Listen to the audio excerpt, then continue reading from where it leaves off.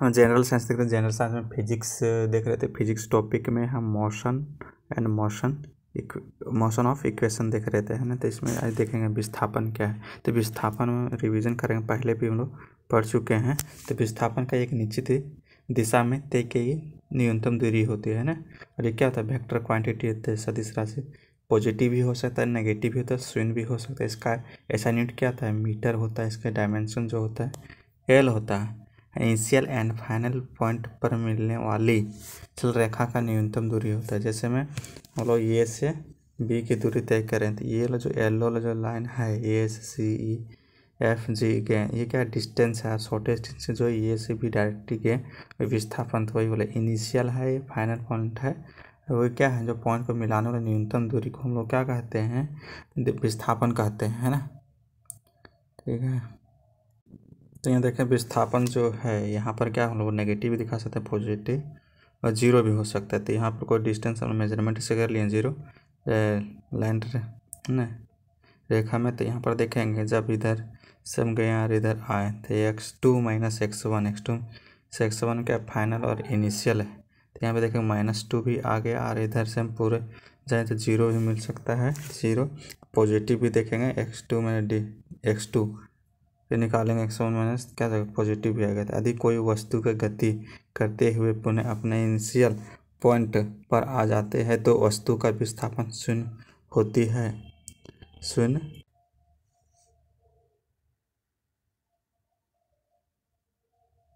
आ जाती है तो वस्तु शून्य होते, परंतु उसका दूरी भी शून्य नहीं होता। इसका दूरी का भी क्या होगा, शून्य नहीं होगा। विस्थापन में शून्य दूरी नहीं होता है ना।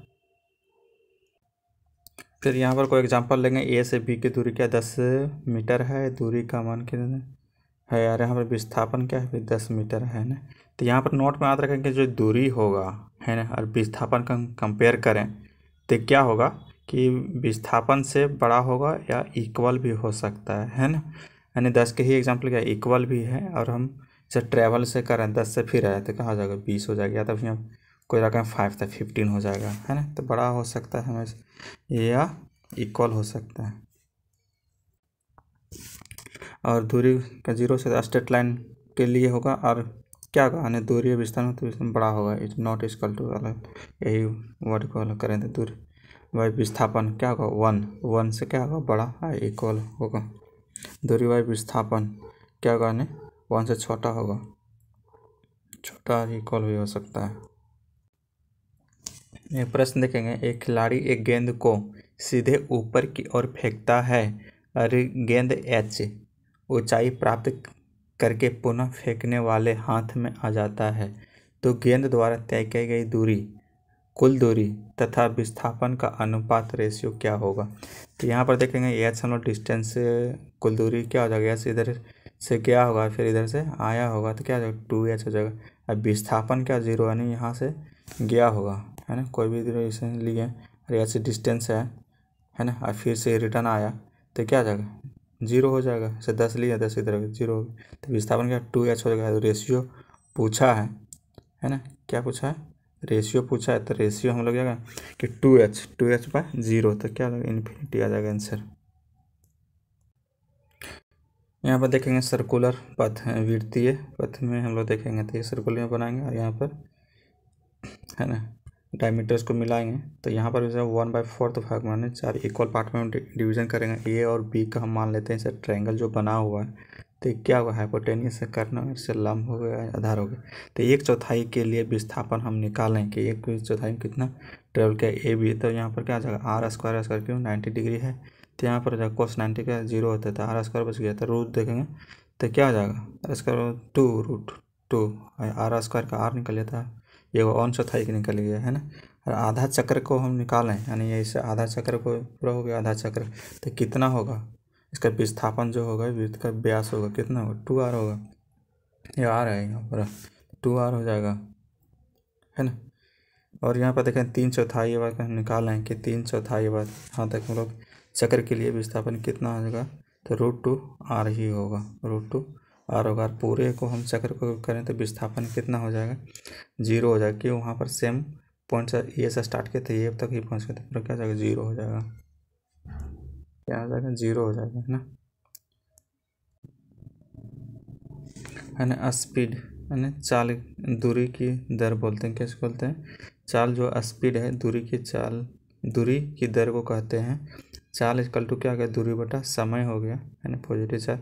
इसका SI यूनिट क्या था? मीटर पर सेकेंड। मीटर पर सेकेंड स्केलर हो गया बीमा LT पावर -1 हो जाएगा, क्योंकि मीटर पर सेकेंड है तो यहाँ पर क्या होगा? मीटर जो कहते हैं लेंथ से करते हैं यार, जो सेकेंड है टाइम से दिखा दें T से।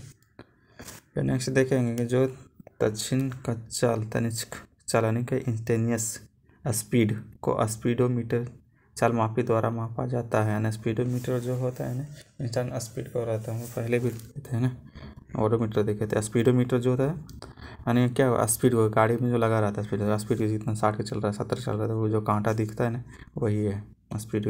तो औसत चाल बराबर क्या होता है? कुल दूरी बाय कुल समय, है ना। एवरेज स्पीड इक्वल टू क्या? टोटल डिस्टेंस एंड ट्रेवल, है ना। टोटल ट्रेवल और डिस्टेंस और टोटल टाइम, जो ट्रेवलिंग जो टाइम लगा हुआ टोटल, तो ये क्या हो जाएगा? एवरेज स्पीड हो जाएगा, एवरेज चाल। फिर वेलोसिटी देखें। वेलोसिटी किसको बोलते हैं? तो विस्थापन की दर को कहते हैं। क्या? विस्थापन, रेट ऑफ डिस्प्लेसमेंट, है ना। तो यहाँ पर देखेंगे जो वेग हो गया, वेलोसिटी बगैर विस्थापन बाय, मतलब विस्थापन की दर, तो विस्थापन बाय समय, है ना। डिस्प्लेसमेंट बाय टाइम, है ना। वेलोसिटी इक्वल टू क्या होगा? Displacement by time.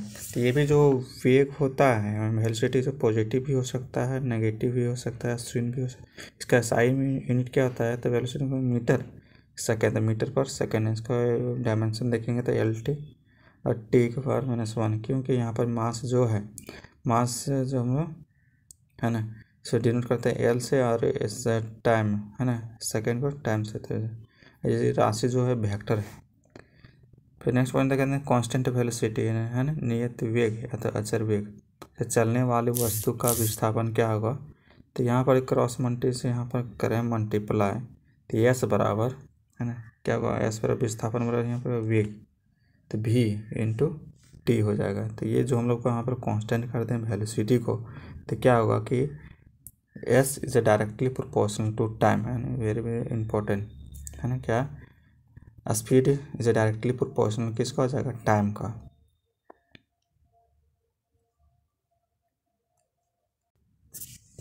है ना। अपेक्षिक वेग, रिलेटिव वेलोसिटी, है ना, पॉजिटिव होगा, नेगेटिव होगा, शून्य होगा। दिशा एवं वेग के समान होने पर क्या होगा? कोणीय वेग, एंगुलर वेलोसिटी ओमेगा, है ना, ओमेगा।